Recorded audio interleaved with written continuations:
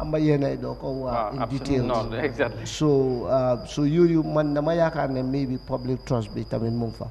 but tamit sensitization bi I agree with you dañ ko gën a da war a yaatal locally waaw locally man dama dee dem ñeneen ñi dañ ma dee invite pour ma dem trek ak ñoom léegi-léegi dama dee jël opportunity bi pour waxtaan ak askan waaye foog naa dafa des dañ war a dem I agree with you ñu gën a waxtaan ak local community bi pour ñu xam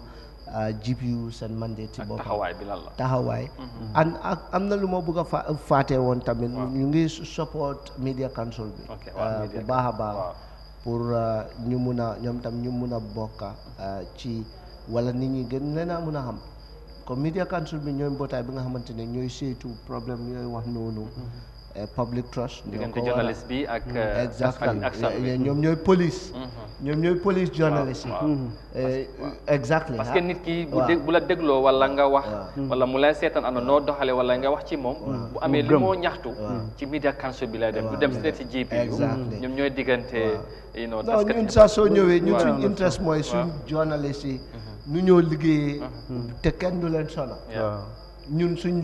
ab media bi kenn bu leen bunu xatal ak ñu ñoo invite ci media bi pour ñu wax kenn buñ bunu xatal ñooñu kenn bu leen bunu xatal nguur bu leen bunu xatal ak yu demee noonu so da ngaa gis ne media council bi dafa ñëw pour réguler media bi parce que soo réguler tout soo amul self regulated government dafa ñëw mu réguler media bi te loolu ñun duñ ko nangu te bugguñ tam mu aaga foofu so moo tax media council bi ba ñu ngi leen jox nañ la xaalis ñëw nañ fii sax am nañ panel man sax bokkoon naa si panel discussion bi su ñu ngi try pour waaye est-ce que jeexoo yeexut tuuti parce que ñoom tamit ñu ngi wax ne ñu ngi dafa yeex te xam nga président man fu ma doon ñëwee ba tey am benn point mu ngi su waxee ne bëggul government réguler media bi te ñu samp pour ñu bàyyi su fekkee jéegoo yeex ne est-ce que loolu du ubbi buntu tamit pour nguur gi bu naane yéen liggéey ñëw de waaw non day yéexoon mooy dañ amoon some kind of hitches media council bi da nga understand ne it was a new body amuñu woon that financial because dafa war a independent of the GP ñoom dañ war a am seen own financial system dañ war a am seen own resource mobilisation dañ war a am seen so moo tax man lu ma séntu mooy GP dafa war a vibrant boo xam ne da nga gis ne mun na in a sense that even sa suñ amee vibrantness bi mun nañoo wax ne ok donte it's not part of our mandate waaye comme dinañ mun a gën a support media council bi waaye media council bi dafa war a taxaw out of the GP because ñun we have a conflict because conflict boo xam ne ñun suñ nit ñi la ñoo taxawal ñoom na ñooñu lañ war a yar soo ana sanga soo moo tax waru ñoo dugal torop suñ loxo si media council donte ne ñun ñoo ko samp ñun ñoo ko ici waaw exactly waaw so ñoom ñoo ñu war a saytu waaw ñun ñu war leen a dooleel dafay xaw a jafe exactement si Jordan Jure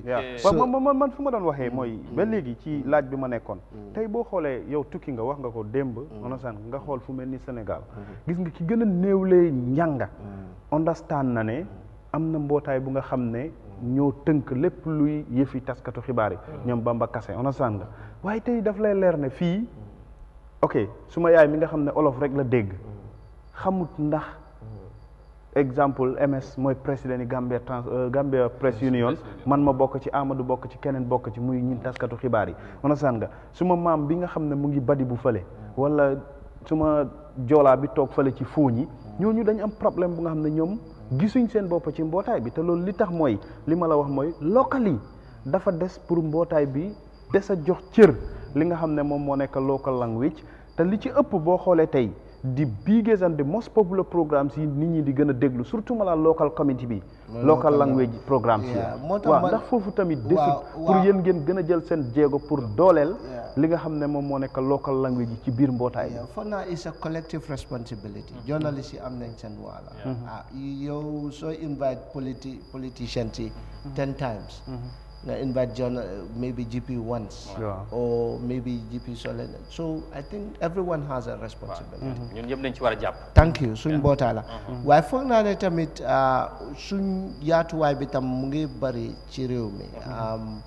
because léegi dama dee dosa comme maire yi nii léegi-léegi ñu ne Mr Ba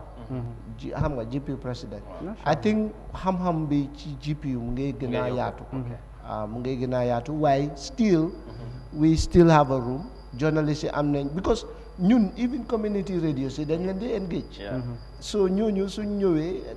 am nga suñ demee it's their responsibility to promote the welfare of GPU to promote GPU understand nga even ñun de engage is all over the country because last time sax amoon nañ a training with the community radio recently tamit ñu ngi am another training jox nañ leen xaalis sa ñoom pour ñu mun a train seen gars yi on ethical journalism ak yooyu noonu sooy def loolu ñoom tamit léegi-léegi sax ñu ne ok Mr President invite nañ la nga ñëw si suñ radio bi wala léegi rek nga call ma wax si am nga so journalist yi tamit am nañ ci wàlla because ñun ñoo moom GPU kay foog ñu jàpp ci ñun ñoo moom GPU man kon léegi engagel ñoom Amadou is the Secretary General of the National Languages Association Biran is the president and he told me that you were communicating with him wax naa leen I am the PR waaw wax naa leen nga register yéen fu mu nekk ba léegi ñëw leen comme te di GPU andu ngeen am affiliate ngeen bokk si that's your responsibility ngeen bokk si moom mooy initier affaire yi ngeen bokk man I am just the vocal person. Yeah, but why not you register with the GPU formally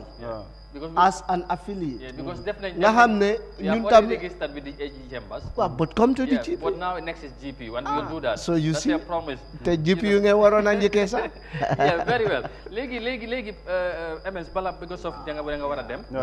Just finally rek ñu rapport. Waaw léegi mooy recently yéen a ngi génnee bataaxal on the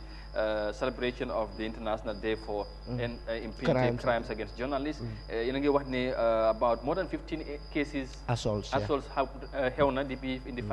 past 5 years. Loolu naka nga ko gisee as a president ak lan mooy taxawaay GPU te si sa njiit si sa collective of course ba ñu gis ne loolu wàññeeku na wala ñu dakkal ko. Yeah, so compare time boobu ak léegi da nga gis ne léegi wàññeeku na because benn journalist reyuñ leen within the 5 years te time yi Jammeh journalist reyoon nañ leen benn journalist demut exile time yi Jammeh journalist yi dem nañ exile so da nga gis ne it's a post dictatorship era boo xam ne ñu ngi transition mindset bi tamit waxuma is normal pour ñu assault is not normal but dañoo understand the realities and the dynamics. It's unfortunate, you know, and the worst part of it is suñ assaulté even ñun suñ jëlee ay jéego government ne ñu promise ne they will investigate and xam nga take actions duñ dee jël xam nga ñun GP we don't have the mandate to take like say to prosecute léegi-léegi tam victims yi ñoom after the assault dañ ne wane no bëggu ñoo dem court because it's a victim centered approach. It's not GPU who will tell you, no, go to court, it's your right. Where GPU will help you. Support. You know. Okay, you're I'm not your association, I'm not a politician, come for instance, Keba Jafang issue ambi, my party after the Fanyomo apologize and guy living but it's still an assault. So mainly the political party supporters from both the incumbent and the opposition and also security bi léegi waaye loolu wàññeeku na sax security assault soo xoolee assault yu gën a bari is political party supporters yi ñoom moo gën a moo ëppa time boobu te ñoom mënuñoo dem bàyyi journaliste yi muñ leen bàyyi. thank you relationship bi dafa waroon na dafa war a cordial léegi da ngay gis waaw we even now we are seeing how best we hoping that with time dina lii because ñu am nañ dinner with the political parties we call them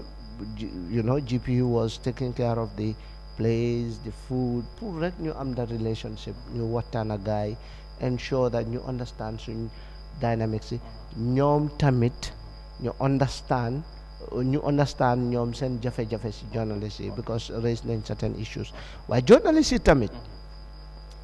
bul dee def because caution nañ some journalists invite nañ leen people ñoo xam ne ñun suñ boppa xam nañ ne am na ñoo xam ne ñu ngi am radio or TV show or whatever shows. I just don't want to be specific. Yeah, I know. su nuñ dee defee seen mbir yi def di invite assault xam nga for instance yow soo dajee nit nga yuuxu si kawam xam nga there is a tendency of dina reciprocate o nga saaga ko xam nga ne tendency am na si indi journalist ñu ngi saaga waaye comme bul def loo xamante ne dafa isi fitna si yow sa side understand nga just be objective be responsible you know dëgga bi moom wax ko mu leer nañ su fekkee dëgga bi leer na waaye doo mun a nekk a journalist nga bugg a nekk a judge understand judgmental on these issues so loolu yëpp daf day isi problem wala nga wax very derogatory remarks against people you know at their personal level loolu dafa invite problems so tàggat nañ journalist yi tamit on safety yéen you will are here moo tax ñu dem to assess some of the things that you do so that you can also yéen tamit ngeen mën a save seen bopp waaye xam naa comme nu ma waxee liggéey bi dafa war a continuer dañ buggaal lii mu dëñ waaye government bi tamit should take a stride to ensure that assault jeex na ci réew mi. I know what we'll do comme yow ya xëy nga sax laalaa nga ñëw li nga wax kàddu bi def ñu laalaale mooy yow da foog nga ñëwaat ñëw bi na du nekk ñëw wan si ne waaye da ngay ñëwaat ñu gën koo waxtaane ba pare ñu gën a yaatal parce que tey yaa ngi am beneen engagement bëgguñ la see téye nga dem ñu ne président yow yaa delay programme bi ak yooyu but of course appreciate nañ time bi ngay jël but finally lan ngay dénku sa njaboot bi parce que xibaar yi lim baa ngay yokku ñu ngi gros macha allah loolu lañ bëgg a waaye tamit comme ni ñu ko waxee léegi jafe-jafe mu ngi am incha allah jafe-jafe yaa ngi am ci diggante bi yeah so what would be the message 1 year in office ak lan ngay dig members yi ñu continuer di la jàppale ci liggéey parce que yow kenn amul loo ko def waaye team bi tamit foog naa ne ñu ngi lay jàppale ñooñu tamit lan ngeen di wax ci loolu. Yeah, I have a very good team, very young. We are the youngest. I have a young vice president. I have a young treasurer. For now, ku gën a mag si ñu ko xam ne is beyond the 30s. For now, is Yusfa. But all of us are within the 30s. So we are all young. Yeah, absolutely. You know, so it's a young team and very energetic. And my young people are always energetic. And for that, I mean, you don't lose the sight that journalists are also doing a very good job. Absolutely. Yeah, for sure. Absolutely. Journalists in a very good with job. A great sacrifice. Maybe you guys don't know what you're doing and the impact it's making. Billahi journalists in def lu baax.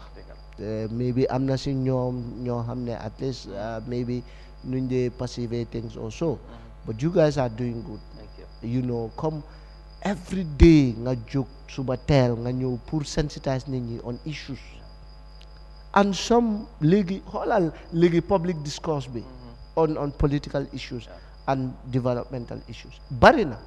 landscape bi tamit foofu ci marché bi sax da ngaa dem nit ñi di wax affaire Bob Keita di wax affaire politique bi di wax affaire so ñun they have to say thanks to us journalists. We are doing very good. Key programme am bi ngay invite diverse people. Yow sa programme bi yaa ngay invite diverse dara su xewee fe dañoo journalist yi luñ wax nit ñi loolu lañ nekk de ay Africa lu mu wax ñii lu mu wax xam nga so we also buñ dee tuutal because journalist dafa mel ni journalism ñun suñ media bi dafa mel ni moto la wala dëkk bi su dee moto ñeneenti tànka la ñun ñoo amee benn tànka bi suñ génnee tànka boobu moto bi du dem so we are playing a very key role xoolal government soo amee dara press conference duñ dee dem ci marché bi ñu oo ñeneen wala duñ dee dem si lawyer yi ñu oo leen wala duñ dee dem si ñeneen yi ñun lañ dee oo pour ñu jottali xibaar askan wi so we are doing a great job journalism we are doing a great job in this country and dama dee proud si suma journalist yi bu baax a baax you guys are doing especially seen current affairs issues yi xam nga isi news loolu yëpp xam naa lu ci nekk coono la so you guys are doing good with limited resources I think yéen tamit you have to celebrate yourself and then make sure the feel ne yéen a ngi def social responsibility boo xam ne doo seen responsibility la waaye mënoon ngeen ko ñàkk a def mënoon ngeen a def entertainment wala leneen waaye you are doing it te risque yéen a ngi wax loo xam ne maybe keneen mu ngi toog feel na ne waruloo ko wax waaye dëgg la waruloo ko wax so basically I think it's important that we also see this thing the impact that we are doing and then di leen jaajëfal inshallah jërëjëf président ñu fàttali rek ne moom moo nekk njiit Gambia Press Union mooy umbrella body bi nga xamante ne moom moo jiite tasukati xibaar yi ci réew mi ñu amoon mbégte te dalal ko ci suba si waxtaan ak moom ci benn at gannaaw buñ ko tabbee mu jiite mbootaay boobu ci réew mi naka la ko gisee ak yëg-yëg bi lan la dégg ngeen lim ci indi ci leeral waaye nañ ko indiwaat ndax tey dafa am yeneen engagement bu mu war a def moo tax waxtaan bi yaatuwul comme xam naa ni ngeen ko buggee yéen yi ngeen di seetaan sax doyalu leen ci moom moom tamit ñu bari ñu ngi rafetlu taxawaayam thank you very much President for coming appreciate nañ ko baax a baax so léegi dañoo move on quickly bàyyi ko moom ñu dem ñu continuer programme bi we'll move on to our next story because in its latest health emergency updates around the World Health Organization expresses concern about the humanitarian situation in Tigray, the rise in cases of the Ebola outbreak in Uganda and the prevalent effects of climate change. The WHO boss said the crisis in Tigray remains catastrophic as this week marks 2 years since the siege of Tigray region began. Despite the prevalence, the World Health Organization continues to render support to such health emergencies in countries affected. And Mariama Cham has the details in this report. The World Health Organization says it's concerned about the increasing number of Ebola cases in Uganda, climate change, which is fueling cholera outbreaks, and the humanitarian crisis looming in Tigray, where the Ethiopian region has been locked in a 2-year conflict with the federal government in Addis Ababa. The Tigray conflict is one of the world's worst ongoing conflicts, but it's been largely ignored as international attention is fixed on Russia's invasion of Ukraine. The severe humanitarian crisis unfolding since November 2020 has left more than 5 million people facing starvation, according to the World Food Programme. WHO boss Tedros Adhanom Ghebreyesus said that the regions of Afar and Amhara are also affected by the conflict. Dr. Tedros described the siege in the region as the worst humanitarian crisis in the world. However, the humanitarian situation in Tigray remains catastrophic. As I have said before, the siege of 6 million people by Ethiopian and Eritrean forces is the worst humanitarian crisis in the world. Since the beginning of the siege, food, medicine, and other basic services have been weaponized. It has now been more than 2 months since the last humanitarian aid reached Tigray. But even before that, the aid reaching Tigray was a trickle, nowhere near enough to meet the needs. WHO continues to call for unfettered humanitarian access for the millions of people who are in dire need. And we continue to call on the international community to give the crisis in Tigray the right attention. The only solution to the situation remains peace. And we hope that the talks now taking place in South Africa will lead to a peaceful and enduring resolution. On the Ebola outbreak in Uganda, Tedros said there are now 130 confirmed cases, 21 probable cases, 43 confirmed deaths, and 21 probable deaths. He added that Mubende remains the most affected district. However, cases have recently increased in 2 neighboring districts and 17 cases have been confirmed in Kampala. WHO continues to work closely with the government of Uganda and its partners to respond to the outbreak and urges a strengthened global response and increased donor investment. To support the response, WHO on Tuesday released an additional $5.7 million from its contingency fund for emergencies, in addition to an earlier $5 million it released previously. Also addressing journalists on Ebola, Dr. Ibrahima Sose Fall, Assistant Director General of WHO's Emergency Response, acknowledged the Ugandan government's leadership in scaling up the responses. If you look at some indicator like the average from onset of symptom in the community to isolation is around 5 days. We need to make sure that this is reduced. And one of the important points is to make sure that we are not missing any probable cases, and all actions that need to be taken around the probable cases are taken. This will help to control all transmission chains. So positive improvement, positive development, but we need to make sure that we continue until we know that all the transmission chains are identified and stopped. While poverty and conflict are major triggers of cholera, climate change is a growing threat. WHO adds an additional layer of complexity and creates the conditions for cholera outbreaks to explode. This also is reiterated by the WHO chief, Dr. Tedros. Around the world, climate change is fueling outbreaks of and dengue and increasing the risks of new pathogens emerging with epidemic and pandemic potential. Climate change exacerbates disease and malnutrition, which have a compounding effect. Sick people are more likely to be malnourished, and malnourished people are more likely to get sick and die. The climate crisis is a health crisis. Temperature, salinity, rainfall, and plankton have proven to be important factors in the ecology of Vue cholera, influencing the transmission of the disease in those regions of the world where the human population relies on untreated water as a source of drinking water. Cholera is an extremely serious disease that can cause severe acute watery diarrhea with severe dehydration. Reporting for iAfrica News, I am Mariama Cham. All right, thank you very much, MC, for the report. WHO, of course, expressing concern of the humanitarian situation in the Ethiopian Tigray region, but also the Ebola outbreak in Uganda and many other prevalent issues such as the climate change effects or effects of climate change and other ailments or diseases in some other countries, which has become more of a burden almost for most people around the continent. And we are talking about the COVID-19 pandemic. We are talking about many issues, but it's good that the WHO are doing their utmost best to make sure that some of these things are being controlled or contained. Yes, ma'am, xam naa ne wax sa boppam moom yombul ñu ngi doon wax ci journaliste yi, but xam naa ne comme président bi dem na loolu nañ ci ñëwaat mun ñang tamit soldat yi mun nañ ci li but ci report bi WHO jafe-jafe yu am ci Ethiopia gis nga ni yaa ngi ci condition yu métti dundin bi jafe xale yaa ngi feebar jigéen yi tamit gën cee loru ak xale yi surtout mu nekk li nga xamante mooy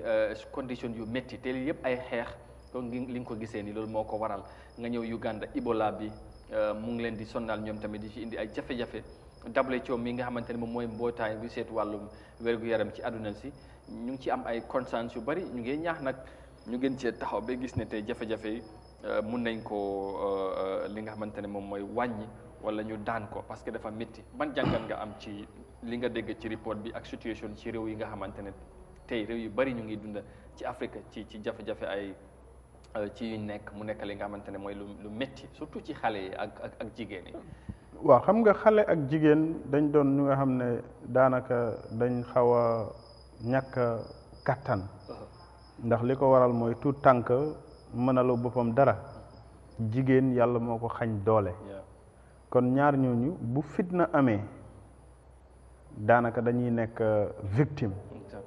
mu ñëw nag sabab bi gën a yéemu bokk ci muy tawat di Ebola léegi ñu ngi koy waxtaane ma ne la feebar bi dafa yéemu ndax dafay mel ni day ŋacc sa yaram bi te gaaw a reyee te gaaw a reyee soo xoolee nit ku nga xam ne loo amoon ci deret ak loo am ci ndox yëpp muy génn di dem ba mu jeex teg ci dafay yàq yaram bi yëpp kay da ngay doo amati benn kattan li ngay desee mooy yax ak deret ak der léegi nag sa yax ak sa der rek lay tax yow nga mun a mucc ci lu mel noona mooy nga dund jàmm di ko yëg ci anam bu nga xam ne di nga ci mun a am njortab yaakaar ne mun na ma am fu ma fajoo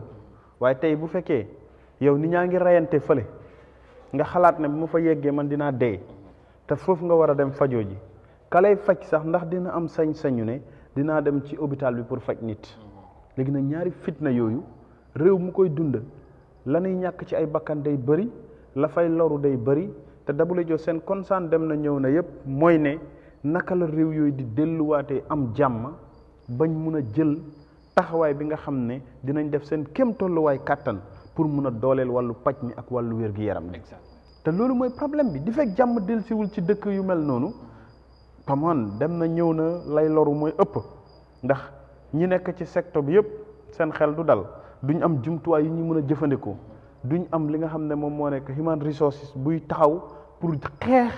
ak jàngoro bi xeex ak li nga xam ne mooy mbas mi pour nit ñi amaat seen jàmm kon loolu dina am solo nag kilifa yi nga xam ne ñoo jiite bërëb yu nu mel ñu jël ci ay jéego jël ci ay matuwaay yu ñuy defee seen kéem tolluwaay kàttan ba nit ñee ca nekkee ci dëkk yooya ak réew yooya ñu xool naka la ñuy def ba nekk benn ba gis li nga xam ne moom moo nekk common interest of public bi ci seen health sector ci seen health wise pour nit ñi mun a amaat seen jàmm. léegi waaw ñëwal dama bëgg wax ci climate change bi COP 27 mu ngi war a door ci Égypte ci fan yi suñ délégation banque fa dem nañ ñi nga xamante ne mooy réew yi dañoo daje pour waxtaanee naka la ñu war a régler li nga xamante ne mooy climate change bi gis nga lii moom moo koy indi bekkoor bii nii nit ñi di xiif di mar taw du am ndox bu nekk problème ñu jàpp ne lii yëpp climate change impact la tey ci est-ce que da nga foog ne situation bi régler ko dana yomb maam parce que WHO yàgg nañoo wax mbootaay dañoo joxe commitment tey ci xaalis bu ñu xayma sax ci bu ñu xayma pour joxe ko pour ñu régler climate change effect yi ñu wax réew yi ko digge sax nangu ñoo matal digge yi depuis boobu ba léegi soo ñu am yaakaar nag this time meeting bu war a Égypte wala ndaje mu fa war a am ci wàllu climate change dañ fa ñëw pour fexe xaalis boobu ñu ko war a joxe ko liggéey bi ñu taxaw si ba mitibe wàññi li nga xamante ne mooy effect si waaye est-ce que bu fekkee loolu amul du wax ji moom moo fee nekk rek régler ko du yomb. waaw xam nga mbootaay adduna yi man dama koy wax seen wax mooy ëpp seen i jëf. parce que ñoom ñooy wax ne réew yu mag yi am na ñuy jigee ay billions of dollars millions of dollars ba léegi. dara. waaw xam nga li ci ëpp mooy bu fekkente ne li ñuy wax ñoom mooy ëpp li ñuy jëfee te li ñuy jëfee duñ ciy gis seen intérêt daanaka wax yi day demee rek France dem ci xëddin waaye gis nga yëfi climate change tey ñun exemple Gambia we are victim of climate change ren.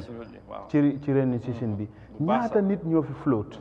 onasan dem na ba ci aki bii ñi lay wax ni ñu ngi lay wan ne xale yi tout tànk yi ñu ci bëri ñàkk nañ seen bakken te loolu bokk na ci sabab bi onasan nga benn ñaareel bi mooy nawet bii am na ñu bëri ñu lay wax ne ndox mi nim njeextalee dina am lu bëri lu mu yàq ci seen i gàncax te loolu yëpp climate change la waaye ñu mel ni European Union yàggoon nañ di sensitize askan wi maa ngi la ko fi wax di all the time exemple ñun Rasulin indi woon nañ lu toll ci $9 million yu nga xam ne dañ ko dugal ne naka la ñoo sensitiser pour climate change ba ndaw li nga xam ne jàpp na ne moom jóge fi dem bitim réew rek mooy moo tax mu mun a mucc anasaan nga waaye yooyu yëpp da ngay gis ne ñi tax ñi indi yooyu du ñu ciy gis seen boppa léegi nag yooyu buy am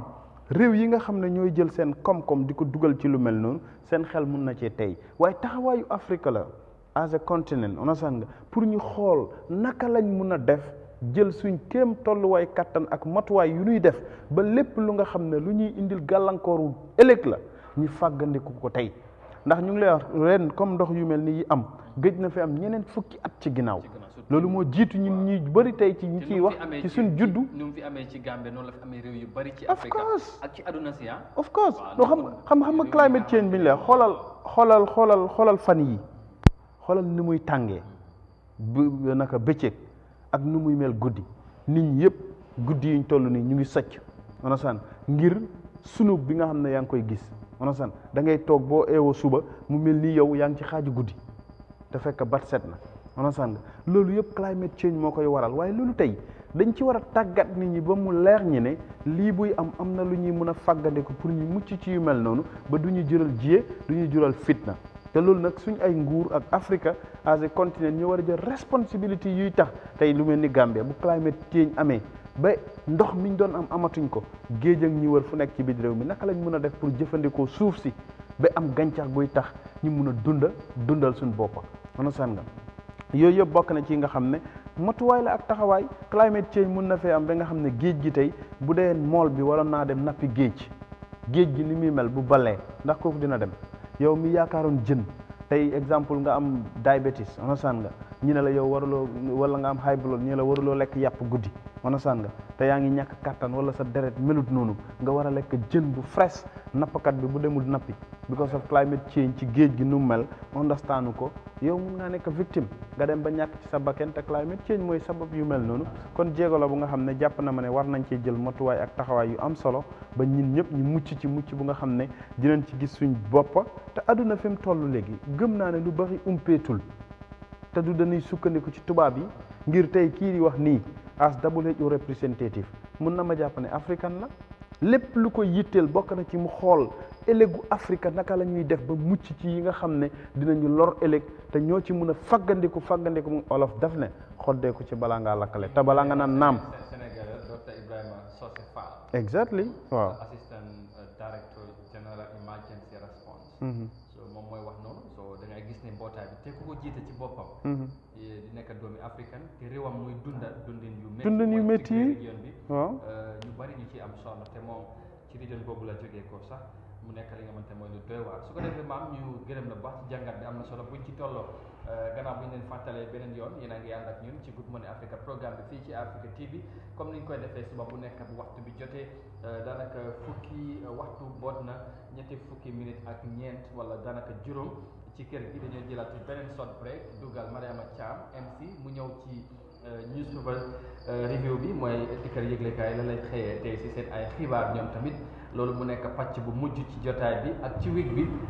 ñu jox leen dégg daje ba next week Monday incha allah ba laata loolu balaa ñu cay yegg si ñu jël break ñëwaat léegi-léegi ñëw ci lu mujj ci programme.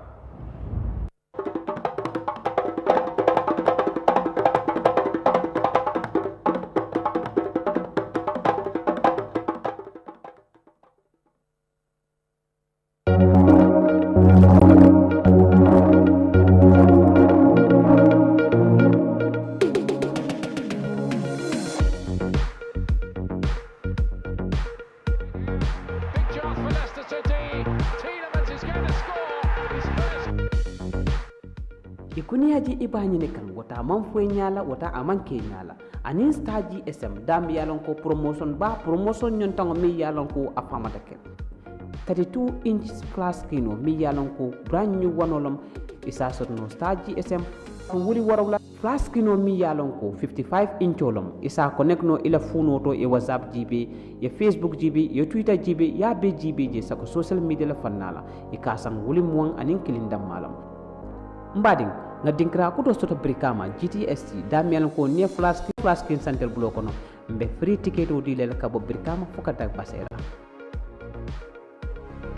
futan na dinkra do da mel ko aba combos la drive serekunda opposite Ojola Johnson auto wala outlet talending marseto wala tabo ko traffic light o kada bakilin kambunin julola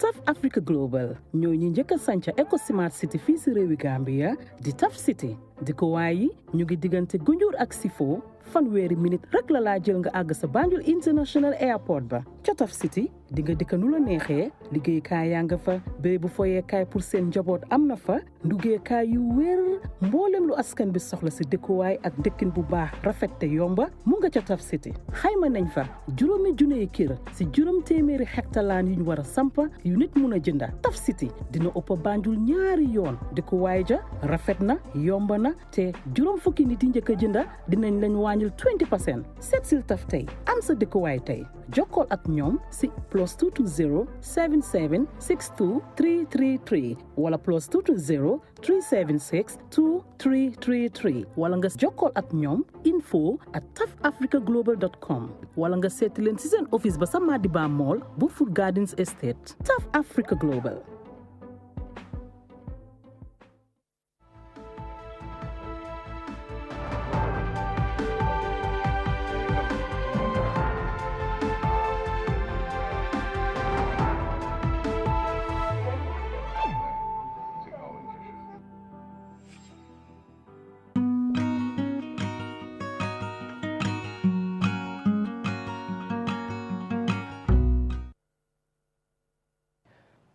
All right, welcome back, and this is Africa TV, and you are watching of course, the Good Morning Africa program, and we are now into the final segment of today's edition, and indeed for the week, that is the newspaper review, and as I said earlier on, joining us for that in this Friday morning is MC, beautifully dressed in what? Waaw tey moom macha allah waaw xam naa gars yi mis nañ la trop waaye fi nga génn moom xam nga kan moo fi jaar ni ko gars yi di waxee nii rek dama ko oyofal nii si àjjuma bi rek billaay bool si ni ko gars yi di waxee te dama sol mu ba rek génn de te da nga xeeb ko nii da nga ko xeeb nii xam naa sax bàyyi ma xel sax dama sol rek génn Aja, guys, good to have you back. Yes, it's good to be back, Amadou. Really, it's good to be back. So I am here again for the newspaper review. So we have, as usual, right? Yes, the Standard and Fourier. And Fourier newspaper. Great. And we are starting with? So we are starting with the Fourier newspaper with their lead story, 700 students not going to school due to lack of classrooms. And Justice Bakari rejects no case submission in Barra Board capsized case. And still on the Fourier newspaper, commuters decry traffic disruption due to road construction. And the CEO of B4U Properties to face police investigators upon return from Senegal. And MCA Executive Director B-Mon's inadequate capacity. And then the editorial this morning is environmental activists, the government and the US Embassy. And the question of the day is, what is the status of the confiscated logs? Yes. So interesting headlines there. Interesting indeed. Yeah. And then we will look at the students. The head teacher of Latrikunda Proper Lower Basic School, Mr. Tijansis, on Thursday confirmed that about 700 students are currently not going to school due to the lack of classroom space in his school. So he said the students that are not going to school are in grade 3 and grade 6. He said these students are not attending lessons because the school has no classrooms where the students can assemble and attend lessons. Great concern. Great concern. The mom parent affair la. Minister of Basic and Secondary Education. Te mom tey lii balaa teacher di ko wax. ñoom ñoo ko waroon a génnee. ñu saafara ko sax. yeah loolu laa wax ba pare sax buñ bala génnee bi mooy foog ñu waroon a dem ci school si xam moo tax dama la wax ne every academic year bu school ubbee ministre bi dafa war a dem wóor ba seet ndax everything. mu ngi level even the day itself dafa waroon a dem wóor nemmeeku teacher si students si set school si jàng tey ubbi tey naka ubbi tey jàng tey loolu ci réew yi yëpp school bi ubbee ak léegi génne statement wala ñu result si génn ñu wax ci permanent secretary bi mooy génn jël benn few interview pare na ci waaye ministre bi moom daanaka very rare nga dégg muy génn di dem wala di wax ci yu mel ni you know so loolu tamit war nañ ko seet 700 students this is a junne bu manki ñetti téeméer juróom-ñaari téeméeri ay ndaw xale téeméeri tout tànk te xam nga buñ ne la woon sax tey base la wala URR wala CRR nga ne mobility problème la balaa ñoo yóbbu toogu yàq yooyu waaye tey Latrikunda saabi ji fii buñ la waxee ne 700 students te ñooñu ñu nekk ci classe yi gën a nekk classe yi tout tànk mu ne grade 1 grade 3 and 6 grade 3 and 6 grade 6 yow boo jàngut grade 7 boo demee ndax di nga am results yu baax pour war a dem seniors naka upper basic these are the expectations of li tax ñu ngi ko doon wax démb expectation mooy ministre yi ñu fal ak jëwri yi nga xam ne ñoom lañ dénk ay place nañuy def consideration in taking their responsibilities pour ñu jël jéego yu mat sëkk mën a sànq ci taxawaay bu nga xam ne tey Ministry of Education lii ñoom mënuñ ko weddi because teacher bi moo ko wax xama principal bi waaye ku nekk ci ground bi moo explain li nga xam ne moom moo nekk li xew ci school bi lan mooy wareefu li nga léegi lan la buñ gisee lii lañu soog a react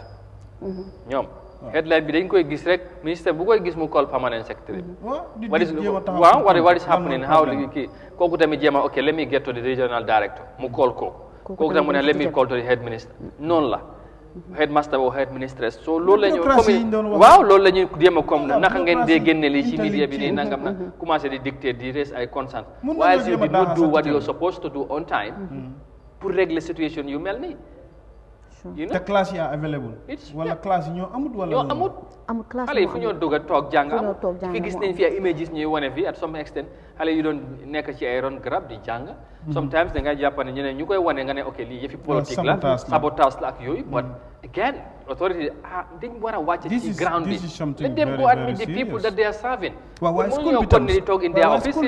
school bi tam Amadou coming back to this story su fekkente ne ñoom leer na leen ne this is the capacity that they having waruñoo enroll. loolu man point boobu man ko doon xalaat but li issue us. because yow su la leeree ne 10 classes nga amee. waruloo enroll 15 classes. waaw léegi yow xam nga lii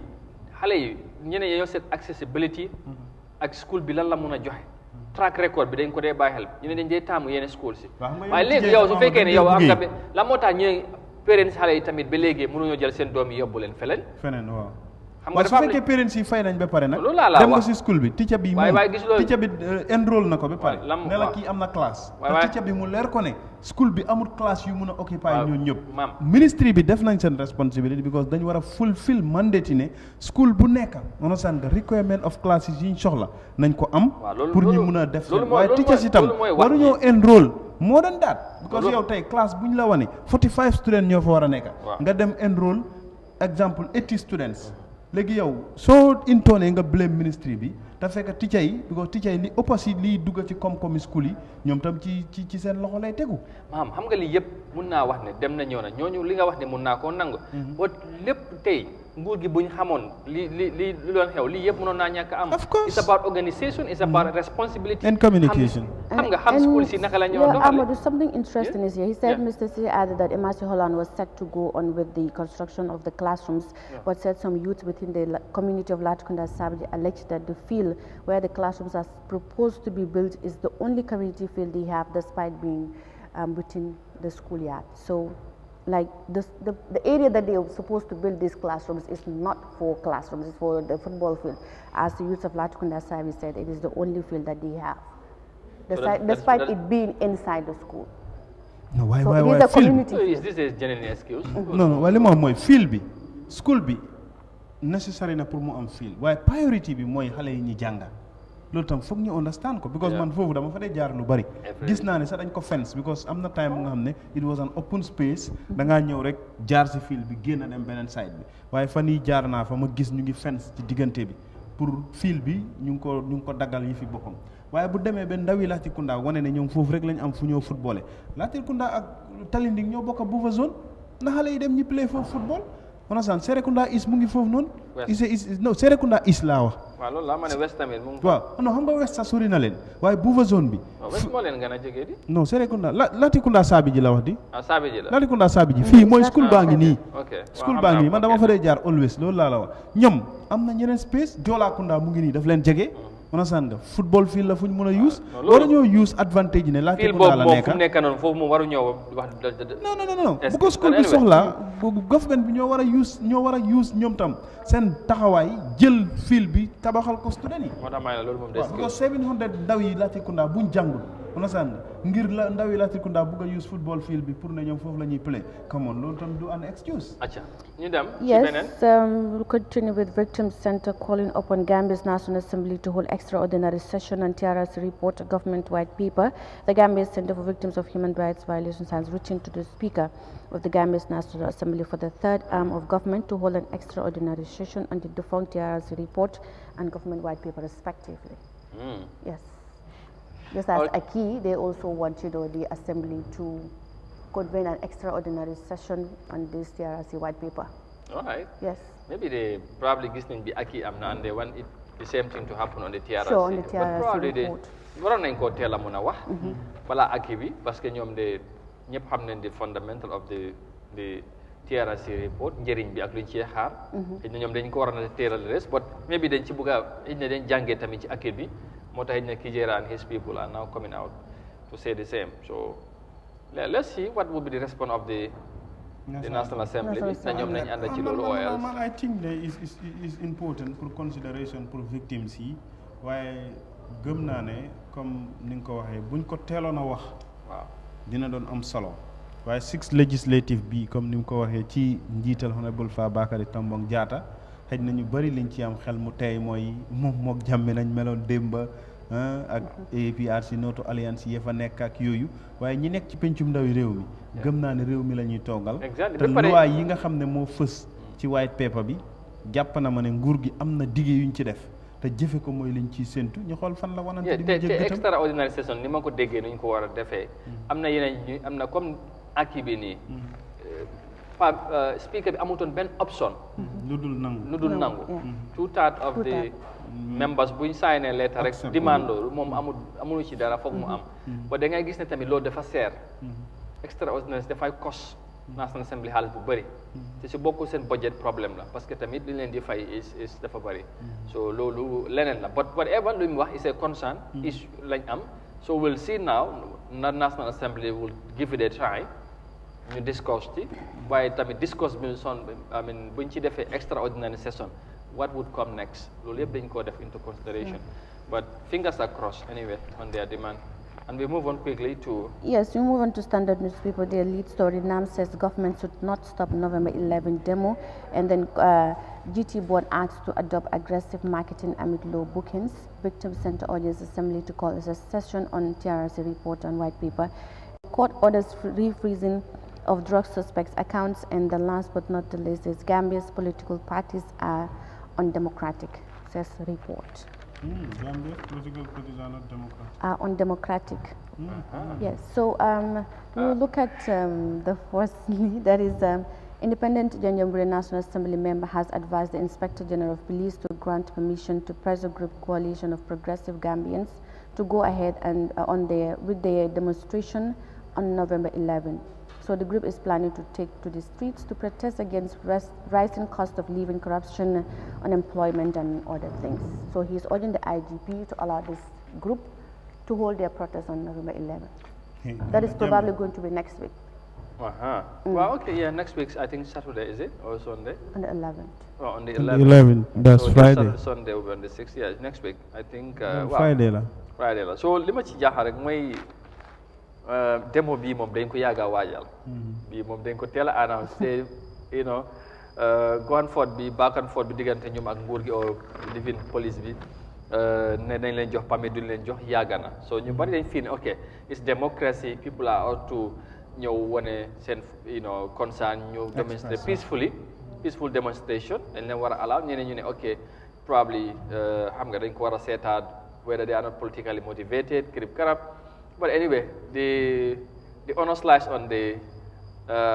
Inspector General of Police and the government whether they would give them a chance. So ñu ut nañ ci gis-gis. So we will see. But then NAM is saying ne dañ leen war a jox permit. No, to me, sa Amadou dañ leen war a jox permit. Gis nga li ma gëm mooy ne dañ leen jox permit tegal leen sarta ak loi yi nga xam ne moom moo lambu ci képp ku nga xam ne da ngay ñaxtu ci biir réew mi. démocratically on a dañ leen war a jox ñi express seen feeling. waaw because dañu am seen ay concerns. man dégg naa démb kàddu yu président bi bu mu doon dajeek ay mbootaay mu ngi koy wax képp ku am concern ubbi na bunt pour nga toog ak moom nga waxtaan ak moom am na ku nga xam soxlawu la pour wax ak moom askan wi nga bëgg ñi déglu la nga addu ci say kàddu te ñii loolu mooy seen taxawaay ndax li tax ñuy wax mooy bëgg nañ réew mi ndaw yi ñu am xay bëgg nañ dund bi mu wàññeeku ci seer man ak yow mun nañoo toog di ko fi waxtaanee fukki at ak juróom ensemble li ñuy jàpp benn taskatu xibaar moo ko wax fële Mariama mun na koo rit ci story bi dañuy jàpp ne ki ko bind kan la Mariama moo toogoon di ko wax waaye gis nga askan wi buñ génnale seen bopp ñaxtu wan nguur gi ak président bi ne bëgg nañ dund bi ñu wàññi ko ñu yaxanal ko corruption bi ñu réglé ko mënta dund te génne woo looy jëndee ci sa poos ensemble waaye buñ ne nañ ko yaxanal ay jéego lañ ci war a jël buñ ne ndaw yi nañ leen utal xëy li ëpp ci ndaw yi amuñ xëy te ñi yore xëy yi li ci ëpp nekkuñ doomi réew mi dañuy bundaxatal doomi réew mi ci xëy yi nekk nga gis ku liggéey weer ba weer dee pour ñu fay la problème la moo nekk loolu ndax doomi réew mi waruñoo am seen taxawaay dañu dispensation of democracy lañ nekk nasan nga dispensation of democracy nag dañ ko war a express nasan nga corruption lii bokk na ci corruption bii ñuy wax dem na ba fës ci National Assembly bi nasan nga ñi taxaw wax ko léegi lan mooy ndey nga ne askan yi waruñoo génnal seen bopp pour taxaw wax ko loolu amul fenn fuñ ko teg ak lu munta xew ci yenn yi nga xam ne ay démo la ñoo génnee ne ok lii duñ joxaat kenn naka permit pour nga protest wala duñ joxaat benn naka radio station pour mu ubbi lan si nag yooyu gis nga yooyu lañ tegul fenn nit ki da ngay óolu sa bopp sa xel dafa war a dal ci nit ñi nit boo óoluwul sa bopp doo óolu kenn bu fekkee ñoom óoluwuñ seen bopp moo tax mënu ñoo óolu nit ñi bañ jàpp ne ku génn fitna wala yow njuuj njaaj moo nekk ci yow kon loolu lu tey xel la acca mu ngi noonu su ko defee lu ci mënta am fii ba balaa week bi di ne fii benn balaa next week inshallah mais bi dañ am lan mooy développement bi te ñoom foog naa ne ñoom dañ ñu bari dama dégg daal mooy ñoom they want to go ahead with the demonstration whether permit or not loolu nag leneen la condition yi ngay wax suñu leen ko joxee na dañu ko nangu loolu tamit loolu yëpp leneen la pot nañ leen li may am mooy ni ñun ñëpp mën nañoo nangu ne dañ leen war a jox permit waaye condition yi ñu leen tegal ñoom tam nañ ko jël bu dee wax rek lañ bëgg ak wane seen mbooloo nañ génn ñu wane ko parce que buñ leen joxee fongale mi maa ngi fàttale ko 3 years jot na buñ leen yóbbee fale Stin Kona Mike Africa bi foofu la réeré ba léegi gisuñ ko léegi waaye loolu da nga gis ne li indi issue bi mooy dinañ ko defee fii fale lañ leen wax ñu ne noonu ñun fii lañ koo defee kenn du fii jële bi affaire lu gis nga fu mu mujjee so loolu tamit nañ ko moytu so bi su loolu dafaa nekkaat leneen waaye xam nga gis nga IGP moom moo war a jël ay jéegoom ak ay saafaram gis nga yii bu amee nit ñi yëpp seen xel day dellu si ndéem si yàlla Mamour Diop gis nga yii yëpp bi mu amee mu nekkoon ci jamonoom daf ci jëloon ay jéego def ci ay taxawaay te gëm naa ne ñoom tam mën nañoo jël matuwaay yooyu tey ba ëllëg ñi nangul leen lañ bëgg ñi def ko buñ fa jógee président Adama Barrow ak nguuram ñooy champion démocratie because finally express democracy. Yes, an independent research which assessed the level of the Gambia's compliance with the African Charter for Human and People's Rights guidelines within the dictates of the Access to Information Act and other existing legislation has reported serious concerns over the undemocratic nature of Gambian political parties. So according to the report, the challenges of leadership renewal loom large as all political parties remain saddled with the burden of personality, where the party founder remains at the helm for virtually the entire life of the party. Yes, just like the example, people were complaining that the NPP, since their inception, they did not hold any Congress. So the report is trying to say that like political parties will want to stay at the top, just like the United Democratic Party having their leaders, Usain Dabo. Yeah, he has been a leader for quite a long time now. So that is what the report is trying to identify among so many other things. The report was done by who? By the ACHRP, that is the African Center for Human and People's Rights guidelines. Yes. Okay, interesting report. Open secret bu nga xam ne nëbbatuwul ci réew mi li xew mooy APRC lan moo ko xaaj ñaar ñii ñu ne Jammeh moom parti bi loolu démocratie la understand UDP comme li nga wax la ñu bëri liñ gëm rek mooy ne parti bi bés boo ne Ousseynou nekkatul parti leader ak secrétaire général parti bi tas na understand nga PPP tamit loolu moom mooy loolu moo ko xaaj ñaar understand nga NCP loolu mooy problème NCP loolu moo ko xaaj ñaar loolu moom gars yi dañ ko def dem na ñëw na maam li ko gàttal guddal mooy dañ ne produit Gambia parti moomeel la waaw kenn nit moom moo ko moom mooy buum di bumi GDC tamit dañ leen di tuumal loolu moo tax ñu bari jógee foofu na mooy jiit bi mooy loolu loolu lañ la wax UDP loolu lañ la wax APR so MPP tamit mais bi loolu la ñoo wax ne loolu moo tax waaw ci tànk yooyu moo la ñoo nekk so mu ngi noonu daal I think report bi mun na am naa indi na yeneen yu bëri li ci firnde yi tax ñu wax loolu so soo leen bëgg a xam details yooyu ngeen ut standard ak foreign newspaper ci seen detail stories yi ñu gërëm leen ñoom tamit ci nu ñoo nangu ñi leen di indil xibaar yi nga xamante dañ ko liggéey seggaat affaire yi ba mu neex a of course indil askan bi so MC jërëjëf thank you very much I hope they would not miss you like they have for the past days. Of course, you see, I always love like sitting in front of people, telling them what is happening in the country. So, but sometimes you are being yes, tied up by due some to other circumstances, I couldn't make it to newspaper review. But anytime we have time to come, we will do it, inshallah. And we give them rendezvous next week Monday. Yes, next week Monday for another brand new edition of Good Morning Africa with Amadou Kante and Kuru. All right, and have a happy weekend. You too. Thank you, right. Ma'am. jërëjëf jàngat ji depuis Monday ba léegi ñu ànd ak yow ci yaatal bi am na solo gërëmaat la yàlla yokk taxawaay bi ak yokk jàmm ji ak xewal yi jox gaay rendez-vous incha allah ba next week Monday. jërëjëf ñu ngi lay kontaane di jaajëfal Mariama ci ni mu ñu faram fàncale li nga xam ne moo fës ci kayiti xibaar yi dina am solo lool pour ñuy jotee tam yeneen yi nga xam ne mu ngi jógee feneen defe naa ne loolu tam mu ngi wane ne kër gi ndey ji seex lañ tëddee mënoon nañoo jàpp ne doyloo suñu bopp rek ca la ñuy sax waaye dañ gëm ne lépp lu nga xam ne luy yeggee xibaar askan wi la bu ñu ko jotee dinañ ko dëgtal ñi nga xam ne ñoo ko yittewoo te ñooñu askan wi la te askan wi ñoo ñu fi tax a toog noo ngi koy sant di ko gërëm di ko ñaanal tam moom tam yàlla gën a yokk taxawaayam mottali yéenam ak ay ba mébétam ci barke Seydina Mohamed sallallahu alayhi wa sallam ziar Mohamed sang bi moom sang la Mohamed macha allah dañuy ñaanal lu bëree bëri control room maa ngi leen di nuyu soxna yi ñaanal leen yàlla mottali seen yéene mottali seen bëgg-bëgg kër gi ñi fi xëy yëpp ci suba ba ci suuf ci kaw ba ci suuf yëpp maa ngi leen di nuyu di leen ziar bu ñu limee dañuy juum delloo leen jukkal ñaanal leen ko yàlla may ñu weekend bu neex a neex a neex yàlla mun na ko yàlla ñu ko yàlla defal. jërëjëf maam ci ñaan yi ak ci taxawaay bi beneen yoon jàngat bi amati na solo ñu ngi ko jaajëfal baax jaajëfal tamit MC ci news review bi am naa ne ngeen xaar ko next week Monday incha allah bu ci yàlla àndee gërëm tamit the entire team ñu jàpp ci liggéey bi yëpp ba mu yombandi ci depuis Monday ba tey Friday ak ñu jaar ci programme bi yëpp ñu ngi leen di jaajëfal bu baax a baax waaye naka noonu yéen ñu doon seetaan yéen suñu doole di ñu jàppale di ñu gunge ni ko gars yi di waxee Wolof Njaay di ko wax doole jën ndox ñun duñ taay di ko wax yéen suñu doole ñu ngi leen di jaajëfal baax di leen gërëm ci safo bi waaye tamit ci kóolute bi gërëm ñi nga xamante ne ay soppe lañ xarit andi jàmm nekk ci réew mi ak ci biti réew diaspora bi ñu ngi leen di bàyyi xel ñoom tamit kenn du ñoom di leen jaajëfalal bu baax a baax nee na leen weekend bu neex a neex bu ànd ak jàmm ak yokkute waaye tamit jox leen dig daje next week Monday ci beneen edition incha allah bu ci yand ànde di leen wax jërë ngeen jëfari thank you very much for watching and do have a pleasant weekend bye bye